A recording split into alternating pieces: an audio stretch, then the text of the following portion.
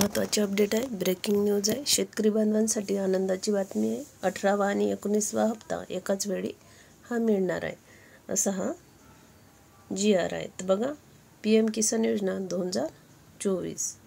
तर बघा, सरकारने शेतकऱ्यांना मदत करण्यासाठी PM किसान योजना चालवते। यामध्ये शेतकऱ्यांना वर्षाला 6,000 रुपये हे मिळतात, जे 3 हप्त्यामध्ये दिले जाते। तर बघा, 6,000 रुपये मिळतात आणि ते 3 हप्त्यामध्ये दिले जातात, म्हणजे केव्हा पण 3 हप्त्यात ते टाकतात। तर याबद्दल आपण जाणून घेऊयात। बघा, 18व्या हप्त्याची अपेक्षित तारीख कोणती होती? तर अलीकडेच 18 जून 2024 रोजी योजनेचा 17वा हप्ता जारी करण्यात आला। तर बघा, कधी जारी करण्यात आला योजनेचा 17वा हप्ता? तर 18 जूनला। ज्यांना मिळालं नसेल त्यांनी लगेच बँकेमध्ये जाऊन चौकशी करा, ते पण त्यांना मिळून जातील। जारी करण्यात आला। आता शेतकऱ्यांचा 18वा हप्ता हा वाट पाहत आहेत। सरकारने अद्याप त्याची अधिकृत तारीख जाहीर केलेली नसली तरी अंदाज आहे की तो ऑक्टोबर-नोव्हेंबर 2024च्या आसपास रिलीज होऊ शकतो। तर कधी होऊ शकतो? तर ऑक्टोबर-नोव्हेंबर महिन्यात होऊ शकतो। कितवा हप्ता तो? 18वा।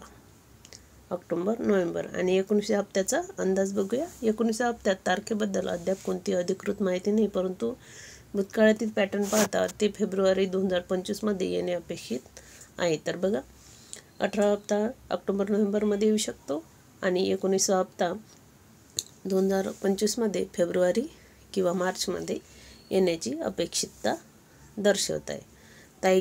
तारीख जाहीर झाली की याच्यावर अपडेट आपण टाकू। बघा, लाभार्थी यादीतील नाव कसे तपासायचे ते आपण बघूया। तर बघा, PM किसानच्या अधिकृत वेबसाईटला भेट द्यायची, लाभार्थी यादीवर क्लिक करायचं, तुमचे राज्य, जिल्हा, उपजिल्हा आणि गाव निवडा, गेट रिपोर्टवर क्लिक करून तुम्ही तुमचे नाव पाहू शकता। बघा, PM किसान योजना eKYCची आवश्यकता असते। eKYC करणे हे गरजेचे आहे। शेतकऱ्यांनी हे लक्षात घ्यावे की जर त्यांनी eKYC केले नसेल तर त्यांना हप्त्याचा लाभ मिळू शकत नाही। बघा, eKYC करणे महत्त्वाचे आहे। जर त्यांना 17 हप्ता आता मिळालेला आहे, ज्यांना नाही मिळाला आहे त्यांनी बँकेशी संपर्क साधावा। 18वा आणि 19वा हप्ता हा बाकी आहे। तर ज्यांनी eKYC केलं नसेल त्यांनी करून घ्या। eKYC केल्याशिवाय त्यांना 18वा आणि 19वा हप्ता हा मिळू शकणार नाही। eKYCची प्रक्रिया बघूया खालीलप्रमाणे। बघा, PM किसान वेबसाईटवर जायचं, eKYC पर्यायावर क्लिक करायचं, आधार क्रमांक टाकायचा तुमचा आणि OTP मोबाईलवर प्राप्त करून घ्या। OTP टाकून ही प्रक्रिया पूर्ण करायची। नेक्स्ट बघा, शेतकरी त्यांच्या हप्त्याची स्थिती पुढील प्रमाणे तपासू शकतात। तर कसं पद्धतीनं तुम्ही तुमच्या हप्त्याची, म्हणजे 17 हप्ता हा जमा झाला की नाही, 18 हप्ता जमा झाला की नाही, तर हे तुम्ही कसं बघू शकता स्वतः। तर बघा, PM किसान वेबसाईटवर नो युअर स्टेटसवर क्लिक करा। बघा, नो युअर स्टेटस, नोंदणी क्रमांक आणि कॅप्चा कोड प्रविष्ट करा। बघा, तुमचा जो नोंदणी क्रमांक आहे आणि कॅप्चा कोड प्रविष्ट करा। OTPद्वारे सत्यापित करा। तुम्ही तुमचे हप्ते तपशील पाहू शकता। बघा, प्रधानमंत्री किसान सन्मान निधी योजना ही शेतकऱ्यांसाठी एक महत्त्वाची आर्थिक मदत आहे। 18वा आणि 19व्या हप्त्याची वाट पाहत असलेल्या शेतकऱ्यांनी अधिकृत वेबसाईट नियमितपणे तपासत राहावे। तसेच eKYC सारख्या आवश्यक प्रक्रिया पूर्ण करण्यास विसरू नका, जेणेकरून फायदे वेळेवर मिळू शकतील। ही योजना शेतकऱ्यांना आर्थिक मदत तर करतेच, पण देशाच्या कृषी क्षेत्राला बळकट करण्यातही महत्त्वाची भूमिका बजावते। PM किसान योजनेसाठी पात्रता। लहान आणि अल्पभूधारक शेतकऱ्यांसाठी वय 18 ते 40 वर्षाच्या दरम्यान असावे। तर किती असावे? लहान आणि अल्पभूधारक शेतकऱ्यांसाठी वय 18 ते 40 वर्ष। तुमच्याकडे 2 हेक्टरपर्यंत लागवडीयोग्य जमीन असल्यास तुम्ही फॉर्म भरू शकता।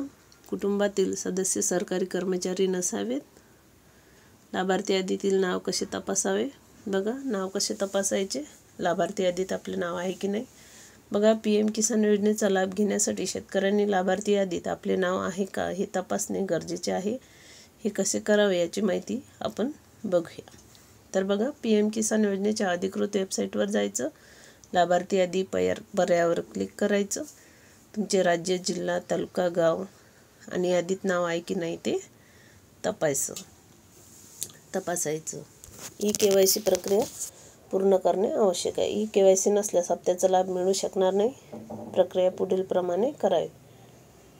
OTP बघा, KYC पर्यायावर क्लिक करायचं, तुमचा आधार क्रमांक हे झाले, आधार क्रमांक, मोबाईल नंबर प्रविष्ट करा, तुम्हाला प्राप्त झाला OTP तिथे टाका आणि प्रक्रिया पूर्ण होईल. हप्त्याची स्थिती कशी चेक करायची, तर बघा, अधिकृत पोर्टलला भेट द्या, pmkisan.government.in ला भेट द्या किंवा इथे क्लिक करा.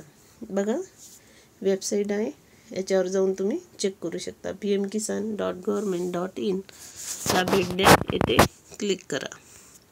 नोंदणी क्रमांक माहिती नसल्यास, जर तुम्हाला तुमची नोंदणी माहिती नसेल तर मोबाईल नंबर किंवा आधार क्रमांकासह चेक करा. नोंदणी क्रमांक प्रविष्ट करा, तुमचा नोंदणी क्रमांक टाका, कॅप्चा कोड टाईप करा, दाखवलेल्या इमेजमधून कॅप्चा कोड टाईप करायचा. OTP येईल तुमच्या मोबाईलवर आणि OTP क्लिक करा. OTP तिथे टाका आणि स्थिती चेक करा.